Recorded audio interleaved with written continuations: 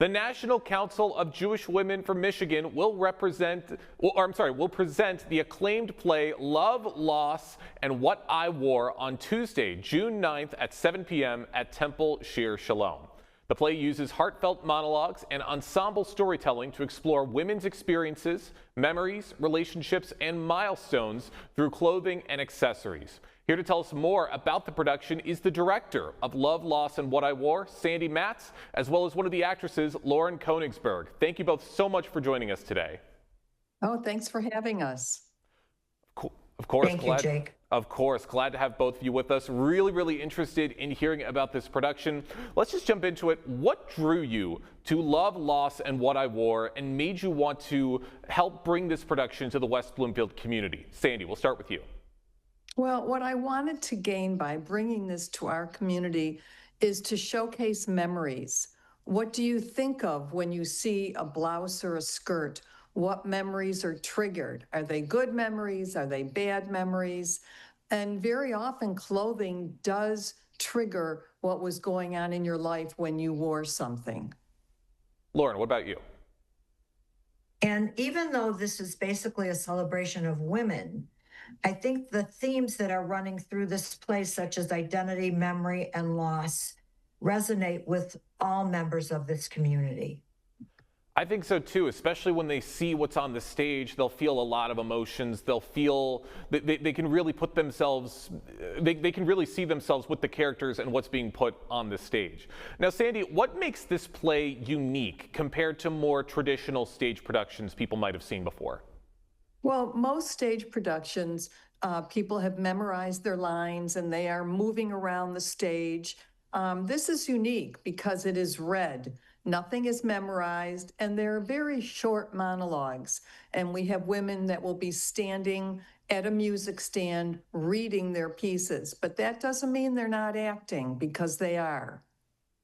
Yeah, I can imagine that. You can still definitely feel the emotions, even if it's a little more unorthodox than what a traditional play is. You can still feel the emotions, and you can still really put yourself in what's on stage.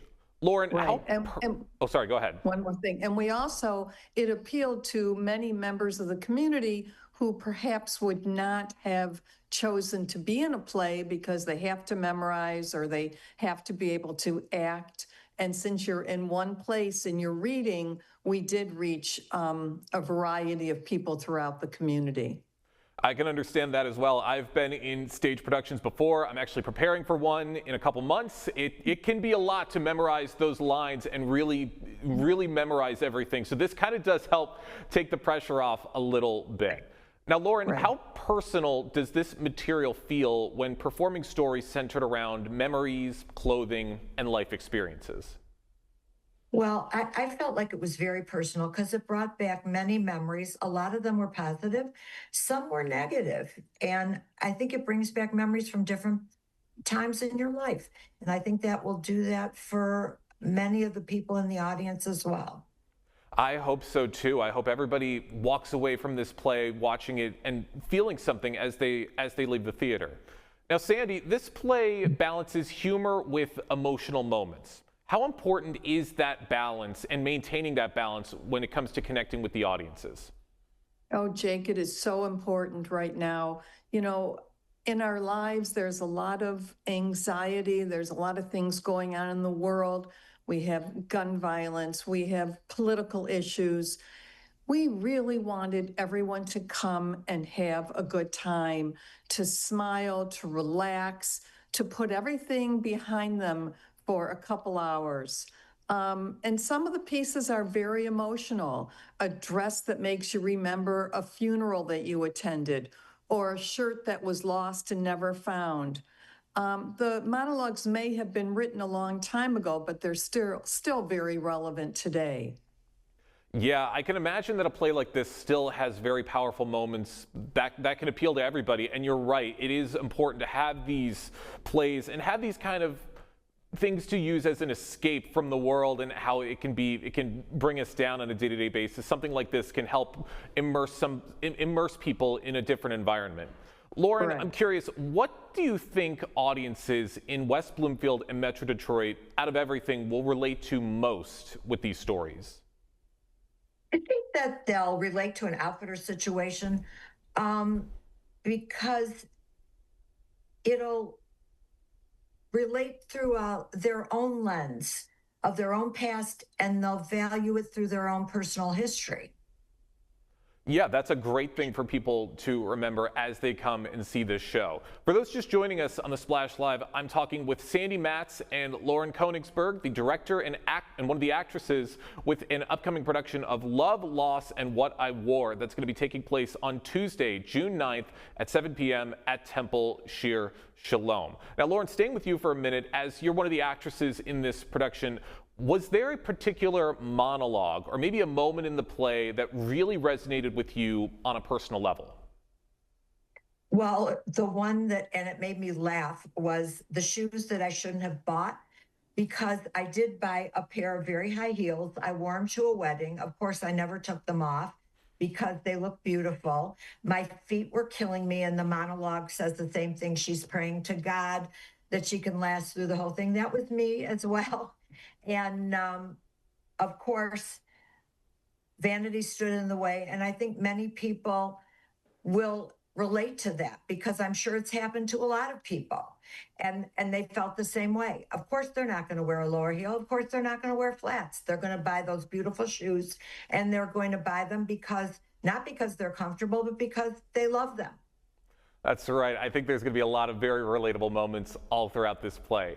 Now, Sandi, this event also supports the work of the National Council of Jewish Women for Michigan. Why was it important to combine theater with philanthropy and community outreach? Well, community outreach is very important to NCJW, and the reason that we're doing a play is because it is a fundraiser for us, and it supports all our community impact projects. We have achieved our outreach in our cast. We have many women from all walks of life in the community. It's not just board members of NCJW. So we have reached out to the community. We reached out through newsletters and Facebook, and we have some people that never have been inside NCJW before, and we expect cast audience members also not from NCJW. But it's important to know that the majority of the clothes that we are showcasing in the play come from Council Resale, which is a resale store in Berkeley owned by NCJW Michigan. So everything that we do supports our impact projects as well as the advocacy work that we do. That's amazing that you guys are bringing more people in to the National Council of Jewish Women for Michigan, and also you're supporting other businesses all along the way. That is always amazing to see. Sandi, Lauren, I got a couple more questions before we wrap things up. This next question is for both of you. Why do you believe storytelling productions like this remain so important in bringing communities together and encouraging empathy all across generations? Sandi, we'll start with you. Okay, well, storytelling is very important because the audience may have conversations with people while they're sitting, and they're going to remember articles of clothing. They're going to remember a dress they wore to a party, or remember something that was really fun, or they may remember something that was hurtful. And again, I go back to our community impact projects, and we do a lot of things for children in the court system or in the hospital. And storytelling will get people to start talking and communicating and talking about all the things that NCJW does. Lauren, same question. I'm hoping that this will cause people to reflect on their own lives and how they could possibly remember things that were good, were bad, and give them a little levity in a situation where things are very serious right now in our daily lives. I like that, and I hope everybody takes away something from this production as they come and see it. Last question for both of you before we wrap things up. People are going to be feeling a lot of feelings when they go and see this show. There might be sadness, there might be joy, there might be anything.